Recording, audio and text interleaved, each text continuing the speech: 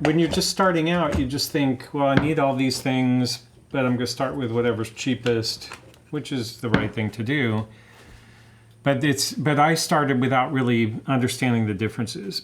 It seems so simple, but this just presses jewels in and out of jewel holes. So jewels are little ceramic bushings. Usually there's like pivots at the end of each axle, and then there's some kind of a shoulder, either curved or straight, and then the pivot. The pivot goes into the jewel, which is basically a low friction bushing. So those jewels have to be adjusted if you change something out, or if something gets out of adjustment, or due to wear. The jewels have to be, the levels have to be changed. So you can do it with a tool like this, but this tool doesn't have the ability that the Seitz tool does to also remount or enlarge the hole that the jewel is in. And what I discovered was that with really vintage watches, that's going to be necessary from time to time, because if you polish a pivot, the metal part that goes into the bushing, into the jewel, polishing it because it's worn, you end up flattening it back down to a cylindrical shape, but it loses material. And because it loses material, you need to change the jewel to a smaller jewel hole. If you can't replace the part itself because it's a vintage watch, you end up with a smaller pivot, and you end up needing to change the jewel to the same jewel with a smaller jewel hole. Now the problem with that is that a lot of old jewels aren't made anymore in certain sizes, because the industry is kind of uniformed or standardized around certain sizes. So if you look at Cousins, these are Seitz jewels. These are just the basic olive jewel, which is the standard one. But this is true with all the jewels, as far as I can tell. A lot of them have been discontinued. Now, it's not a big deal that they've been discontinued, because you can remount. One of the reasons they've been discontinued is that you could always use a larger jewel. It's just the amount of material, as long as you've got the right size hole in the new jewel. So you can remount the setting and put in a larger jewel. But in order to do that with a lot of watches, you're going to need to have a reamer, which means that the Bergeon tool is not going to be enough. It doesn't have all the features you need. So the other thing about this Bergeon tool, Horia is the manufacturer. Bergeon either acquired or represents both Horia and Seitz these days, so you can buy them both from Bergeon. So for example, the Seitz Tool new costs 600 francs as a standalone, and 1,200, which is about the same as dollars, as a kit. So I have a kit here that's similar to the one that's sold today, but this is probably 50 years old or something. Okay, so back to the Horia tool. I got this Horia tool as part of like a lot of various things, and it was kind of by itself. It had one stump and one pusher, but these things are standard. So I thought, well, I'll get that, and then I'll buy the pumps and pushers as needed. The stumps and pump pusher. Pump pusher is called pump because it has a little tip in it that actually holds the jewel, and then kind of, you could say, it pumps it into the jewel setting, and then this part that I'm pushing into my fingernail recedes into it. So that keeps everything centered. It keeps the jewel centered on the tool as the tool pushes into the setting in the plate or whatever. So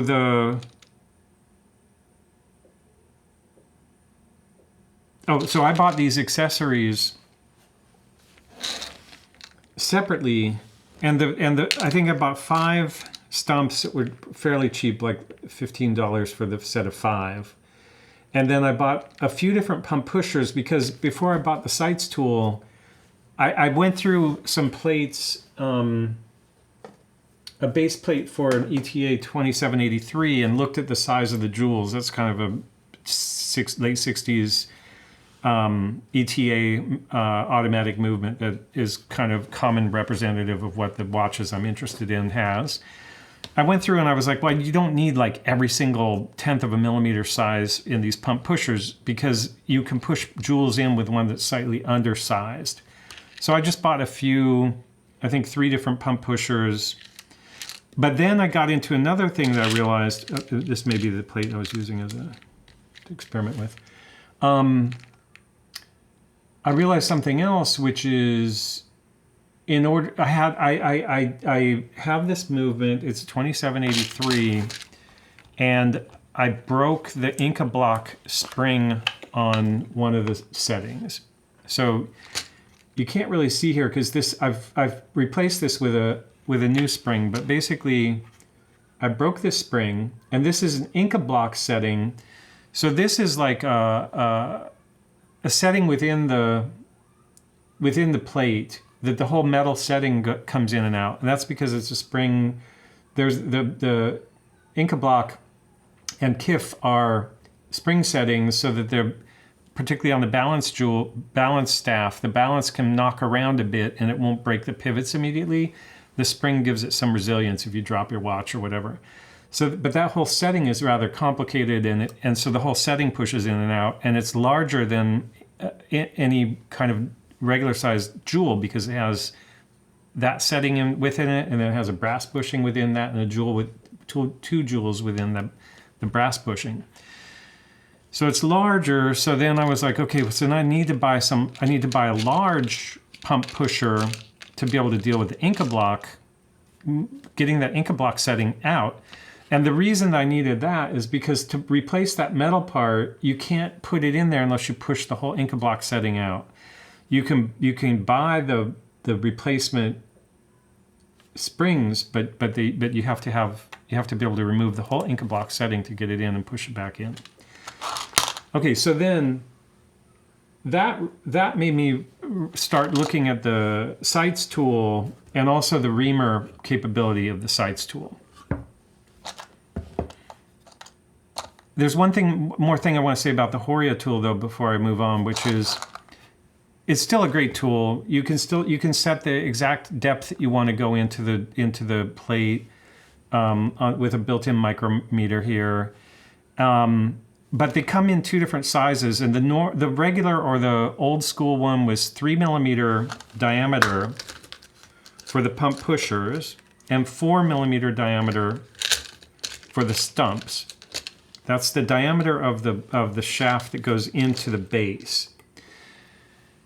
3mm on top is normal, 4mm on the bottom is normal. And I was just in La Chaux-de-Fonds at a watch fair yesterday, and I saw like 5 or 6 Horia tools being sold. They were all 3mm, 4mm. They also made a 4mm, 4mm. When it comes to numbers, no one's better than this guy. Show him. Yeah, there's 2 lamps, 3 paintings, 2 doors in the room, yeah. Numbers don't lie, gentlemen. I think it's probably newer than the old ones. That's why most of the older ones are 3/4. 4/4 is what the Seitz is. And the only reason that matters, the 3mm doesn't give you anything extra. It just limits you to 3mm pushers. Convinced yet? Of what? And that means that if, like I did, you invest in a bunch of 3mm parts, and then you switch over to a Seitz tool, your pump pushers are not going to be compatible. In my case, that doesn't matter. But if I were buying a Horia tool today, I wouldn't buy a 3/4. I would buy a 4/4 if I could, because at least then you can, any investment you have in that, you can exchange it with a Seitz tool. I don't think the Seitz tools have, I don't think they ever made one that was 3/4. Could we just count the money? Yeah. We get it. He's like the guy in that movie. So the other thing that got me interested in the Seitz tool was I started realizing, because of this Inca block problem, that Inca block makes, or Bergeon sells, an Inca block branded pusher set just for moving the Inca block settings around. And the Inca block settings are also something that you have to set to the right height to adjust the end shake on your balance staffs. So I started looking at this, and these were $100 for the set new, and they only came in 4mm. So then I was like, I have this 3mm Horia tool, so I have to have either a 4mm Horia tool or a Seitz tool if I want to use the actual Inca block pushers. I had already solved the problem in terms of just I being able to do it with 3mm pump pushers that weren't specifically made for Inca block. So if you're on a budget, I recommend doing that. But because I wanted to get into also being able to change the setting sizes with the reamers on this, that's why I ended up buying this set used. So the way that this set, the way I bought this set is it came with the Inca block setting complete. It came with its own pump pushers, 4mm pumps and 4mm stumps. Complete set that I wasn't sure when I bought it, but it looked pretty complete, and then it's actually super complete. So I guess I'll show you that right now, what that means that it's complete.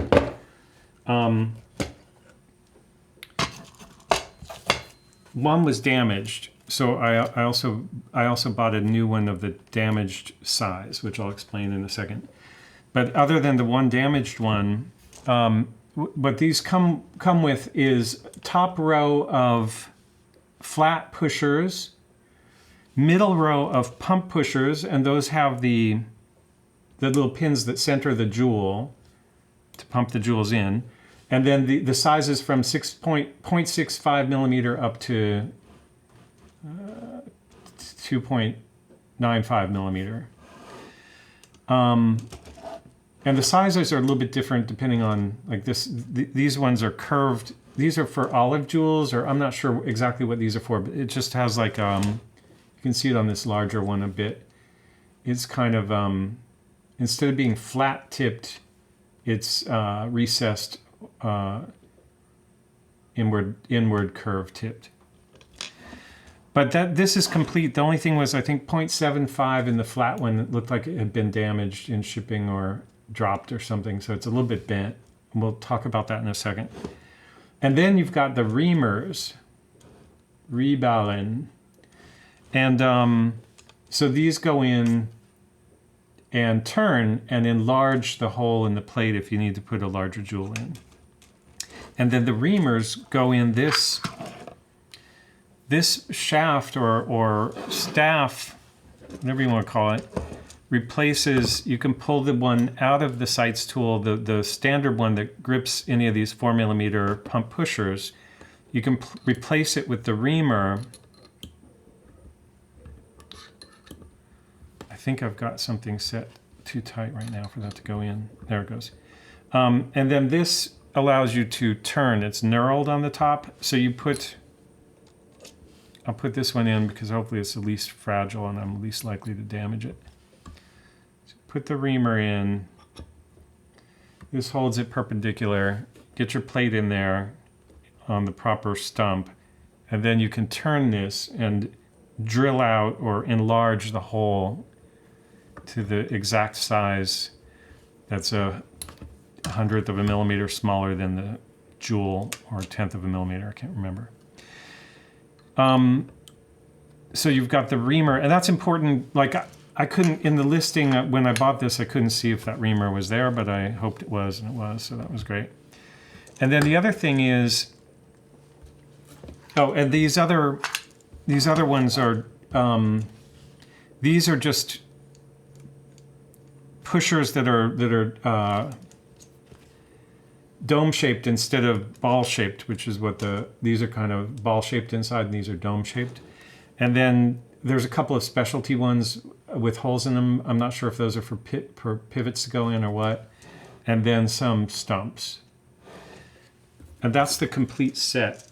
And then there's a separate little set that also looks like it came with this because there's a place for it to sit right there. But it also, this has things like, this can be used to, you use this as the stump and this as the pusher. I presume that this is to crimp cannon pinions, just if they're slipping. You can stick it in there and put a little dent in the cannon pinion, which is a common thing that watchmakers have to do. Okay, and then the pump pusher, or the pusher for this, you can remove this plate and put different plates there. A standard one is that large one or this 8mm flat base, or any of the stumps that come up and go into, if the base plate of the watch or the plate that you're working on has a recessed jewel setting, you might need to use a smaller one. And same with like the one for crimping the cannon pinion. You know, you put the base in there, the bit up here, and then it has a micrometer. This has a micrometer like the Horia Tool. This is in hundredths of a millimeter, whereas that's in 2/100ths.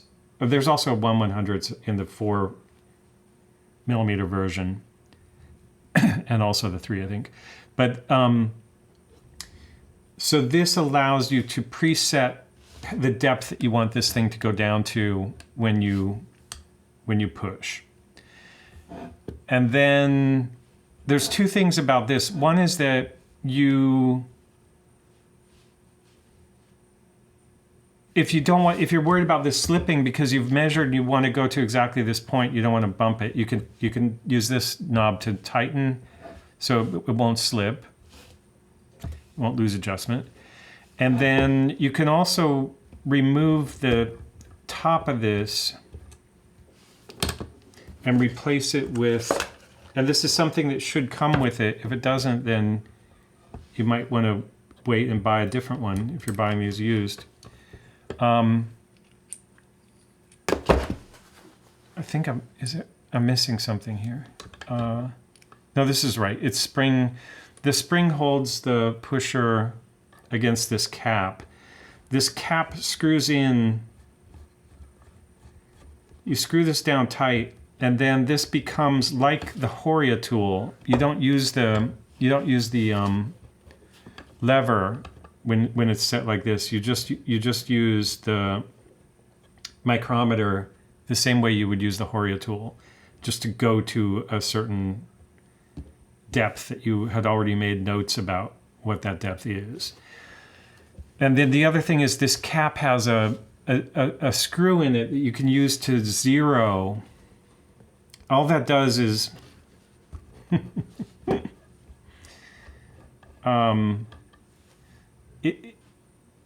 let me see if you can see this. Yeah. So that screw directly pushes this plate at the top of this, inside that recessed region. This screw pushes that up and down, and thereby allow you to zero out your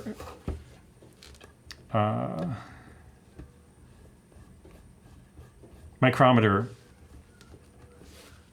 so it's easy to find your start position or your end position or whatever. And then these marker points are spring loaded. There's one on both sides.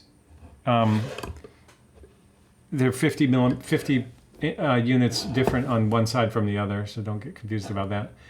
But these things ride up and down with and they're spring loaded. So if you buy this and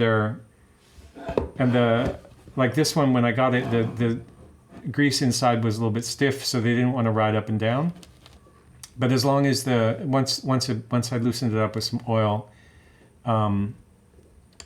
it goes up and down. That keeps your index mark in the right position to read it accurately, no matter where it is.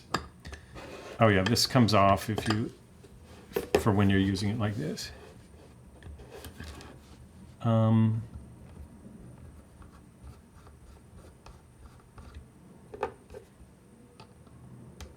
So I think that's, oh, there's another thing in the Seitz tool.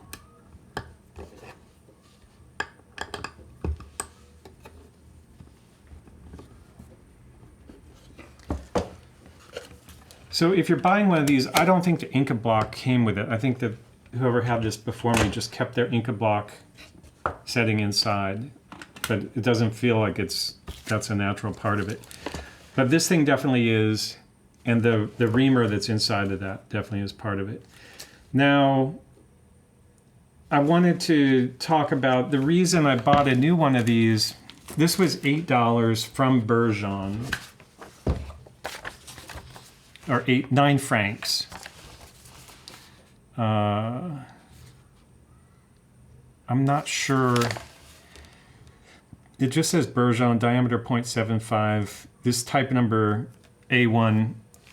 And that's because, like I said, this, you can see there, I don't want to get the microscope going, but you can see there's a dent on one side of this. But my feeling is that this will be easier. Because the set is complete, I think I'll be able to just repair this using a staking tool, actually. I'll flatten it and push it back out, and it'll probably be fine, and then this will just be a spare 4mm. Because I like the idea of keeping the old set that's probably 50 years old intact. And there's no reason why you shouldn't be able to repair stuff like that unless it's really badly damaged. Oh, there's one other thing that's part of this set that's really cool, which is this jewel. What this is basically all the jewel, these are jewels in those holes. It looks black to the camera, but you can kind of see over here the reflection that they're ruby colored or whatever. But basically this allows you to check what size jewel you need with a physical part. So you can put your balance staff, you can try sticking it in these different holes until you find the right size hole. And that will tell you, like particularly after you've polished the pivot on your balance staff or a different staff, you can check it and then you know what size jewel you need to put in there. The other thing I got is a Seitz jewel, and this is amazing. So this is a jewel set, 3 jewels each of like the full range of jewels that aren't even made today.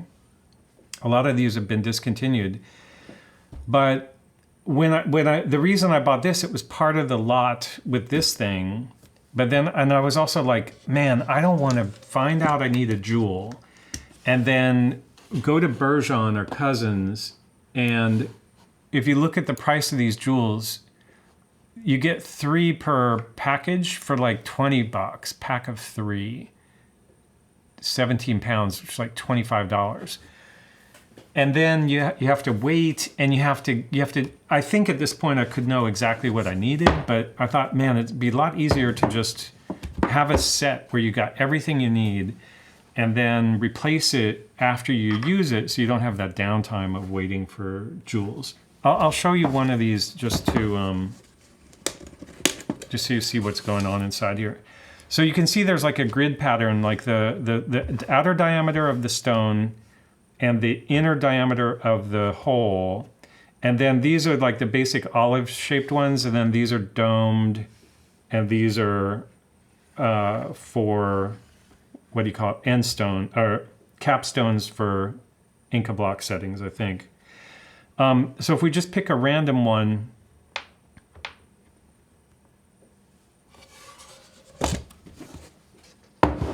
now who knows how old this set is, but it's kind of amazing that it's pretty much complete. There's 3 jewels in there. I should get the microscope for this.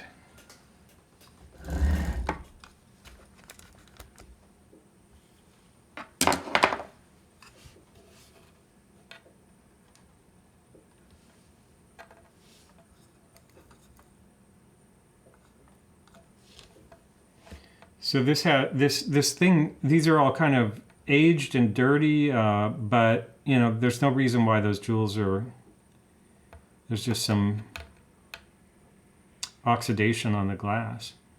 The jewels can be cleaned up and it should be fine. So that's all that's in there, but you could obviously replace them as you use them.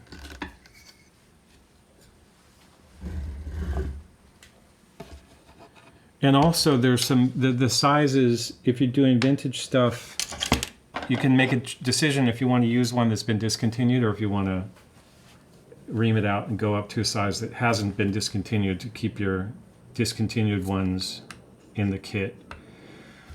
Okay, so the other thing that I also, this is like my third micrometer, I think. But this micrometer has the shelf. This is a really great micrometer. It has the shelf to put the jewel on there. So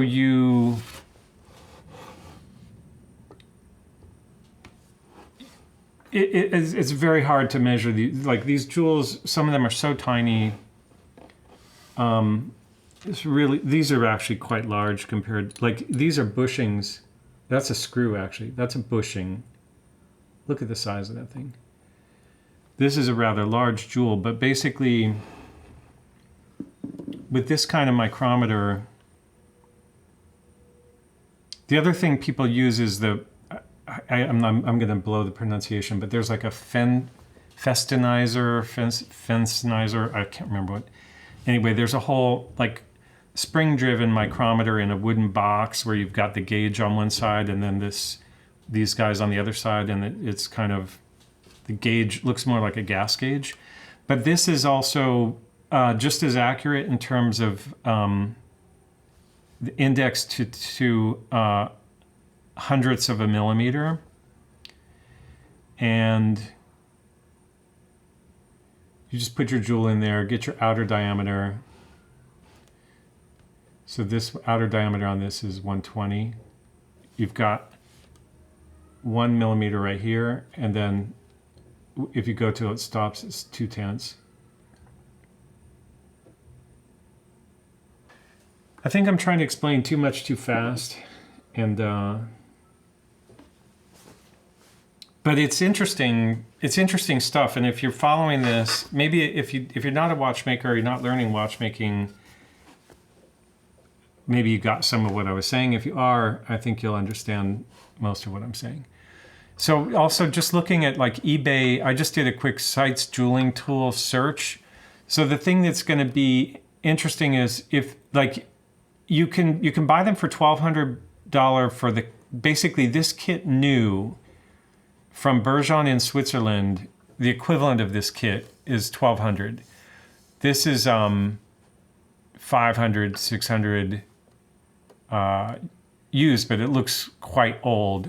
Like, and then I saw somebody is actually selling one for more. Someone's selling a new one. Somebody in the UK, they're selling a brand new one, great, for $700 more than Bergeon sells it for. So be careful of that too. Yes, they're expensive, but don't think everything on eBay is a bargain, because that's more than the new cost buying it from Bergeon. And for some reason, these pivot measuring gauges are like $300 to $500, and I think it's probably because they're not made anymore. Because I don't think Seitz even makes, like I said, a lot of those jewel sizes have been discontinued. So I think that's more of like a vintagey thing, and the same thing as me. Like I want to be able to. I like the idea of having all these old tools complete and being able to fix vintage watches without, if necessary, without having to scale the jewel hole up to the next size or whatever. And then these are the people just selling individual pushers and reamers for $25 each. So that's where you get into this question of like, it's if you're buying a set, if you can, this is obvious stuff, I'm going to stop talking in a second, but if you're buying a set, trying to understand if it has all those parts I explained before you bid on it can be really helpful. Hopefully the listings will show you all the pictures. And if you don't, if it doesn't, you can email the seller and ask them, does it have the reaming tool inside the set of pump pushers and reamers, or is that missing? Does it have the head for using it as a micrometer only mode? And does it have the jeweling, the gauge, pivot size gauge. And then I think that's it. This is Bergeon's website. This is the whole set. And I think the reamer is there. I can't tell. This is because this is a more modern version of it. I don't know that much about the current version, but I'm sure it's great. It just might, I doubt that it has the jewel sizing tool, but I'm sure it has the reamer. And I'm sure it also works in micrometer mode one way or another. All right. Well, I want to do that. There's probably something else I forgot, but I kind of wanted to do a demo because I feel like talking about tools is so dry. But I'll do demos in other videos. I think that's it for now. Thanks for watching.